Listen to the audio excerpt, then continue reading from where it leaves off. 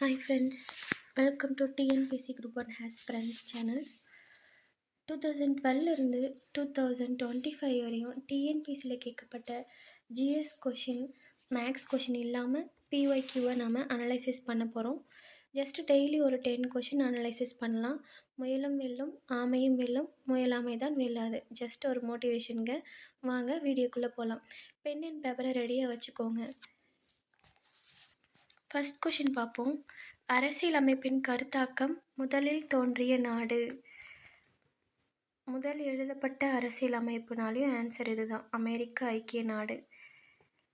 இதே இங்கிலாந்து பார்த்திங்கன்னா பாராளுமன்ற ஆட்சி நம்ம இங்கிலாந்துலேருந்து எடுத்திருப்போம். இதே முதல் எழுதப்படாத அரசியல் அமைப்புனாலையும் இங்கிலாந்து ஆன்சர்னு சொல்லலாம். ஆப்ஷன் சி வந்து நீளமான அரசியல் அமைப்பு நம்ம இந்தியா. அப்போது ஃபஸ்ட் கொஷினுக்கு ஆன்சர் அமெரிக்க ஐக்கிய நாடு. செகண்ட் கொஷின், இந்தியாவின் நாடாளுமன்ற கட்டிடத்தை வடிவமைத்தவர்கள். ஆப்ஷன் ஏ எட்வின் ஹெட்டியன்ஸ் மற்றும் ஹெர்பர்ட் பேக்கர். இந்த கொஷின்ஸில் மற்ற நேம் கொடுத்துருக்காங்க, ஜஸ்ட் அவங்க ரிலேட்டடாக நமக்கு தெரிஞ்சுக்கலாம். தாகூர் கீதாஞ்சலின்ற புக் எழுதியிருப்பாங்க. 1913 நோபல் பரிசு வாங்கியிருப்பார்.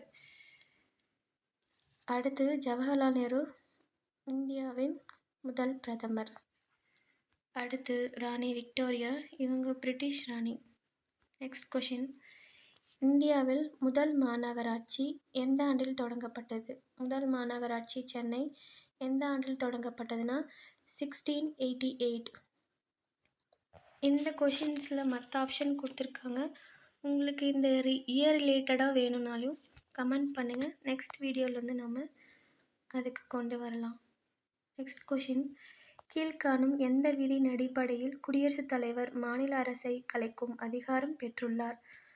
Option A 352, B 360, C 365, D 356. Answer 356. மற்ற ஆப்ஷனுக்கும் என்ன ஆன்சர்னு பார்த்துடலாம். 352 வந்து தேசிய அவசர நிலை, 360 நிதி அவசர நிலை, 365 இப்போது சென்ட்ரல் கவர்மெண்ட்டு எதனா ஒரு ஆர்டர் போட்டுச்சுன்னா அதை ஏதோ ஒரு மாநில அரசு ஏற்கலை அப்படின்னா அந்த இடத்துல நாம் ஆர்டிக்கல் 356 கொண்டு வந்து குடியரசுத் தலைவர் மாநில அரசை கலைக்கும் அதிகாரத்தை கொண்டு வரலாம். அதுதான் 365 சொல்லுது.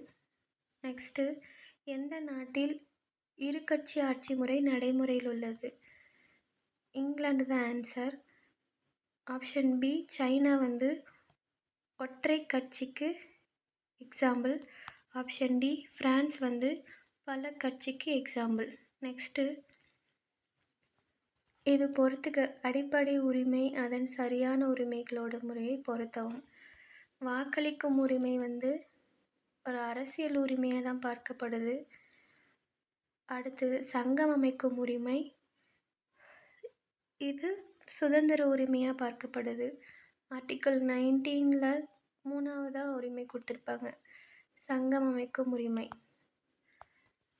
பாரம்பரியத்தை பாதுகாக்கும் உரிமை, இது அடிப்படை உரிமையில் ஒன்று தான், பண்பாட்டு உரிமை. குழந்தை தொழிலாளர் சுரண்டலுக்கு எதிரான உரிமை. நெக்ஸ்ட், வளர்ச்சி விகிதத்தின் அடிப்படையில் இலக்கை அடையாத 5 ஆண்டு திட்டங்கள். ஃபஸ்ட்டு 4 5 திட்டங்கள் கொடுத்துருக்காங்க. அதில் முதல் 5 திட்டம் விவசாயத்துக்காக முன்னேற்றத்துக்கு கொடுத்துருக்கோம். 2வது 5 திட்டம் தொழில் வளர்ச்சியில் கவனம் செலுத்தியிருப்பாங்க, இருந்தாலும் பணப்பற்றாக்குறை ஏற்பட்டிருக்கும். 3வது 5 திட்டம் போர் ஏற்பட்டிருக்கும், வறட்சி ஏற்பட்டிருக்கும். போர்னால் இந்தியாவுக்கும் சைனாவுக்கும் இடையே போர் ஏற்பட்டிருக்கும் ஒரு பக்கம், இன்னொரு பக்கம் இந்தியாவுக்கும் பாகிஸ்தானுக்கும் இடையே போர் ஏற்பட்டிருக்கும். அதே சூழலில் வறட்சி ஏற்பட்டிருக்கும். இதனால் 3வது 5 திட்டம் முழுக்கவே ஃபெயிலியர் ஆகிருக்கும். 4வது 5 திட்டம் பணவீக்கம் பொருளாதார சிக்கலில் ஏற்பட்டிருந்திருக்கும். இதனால் நம்ம ஆன்சர் வந்து ஆப்ஷன் சி தான் சொல்லுவோம். 2, 3, 4 இதுதான் கரெக்டு. நெக்ஸ்ட் கொஷின், இந்திய அரசு முதற் தொழிற்கொள்கையை அறிவித்த ஆண்டு. இதுக்கு ஆப்ஷன் பி தான் கரெக்டு, April 6, 1948. மற்ற ஆப்ஷனில் நம்மளை கன்ஃபியூஸ் பண்ணுறதுக்காக கொடுத்துருக்காங்க. நெக்ஸ்ட் கொஷின், இந்தியாவில் உள்ள வரிகள் ஆப்ஷன் ஏ நேர்முக வரிகள், மறைமுக வரிகள்.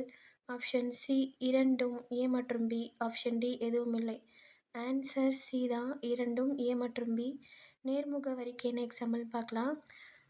வருமான வரி, நிறுவன வரி இந்த மாதிரி வரிகள் நேர்முக வரிக்கு எக்ஸாம்பிள். மறைமுக வரியில் வந்து ஜிஎஸ்டி, சுங்க வரி கொண்டு வந்திருப்பாங்க. ஸோ இந்தியாவில் 2 வரியுமே இருக்குது.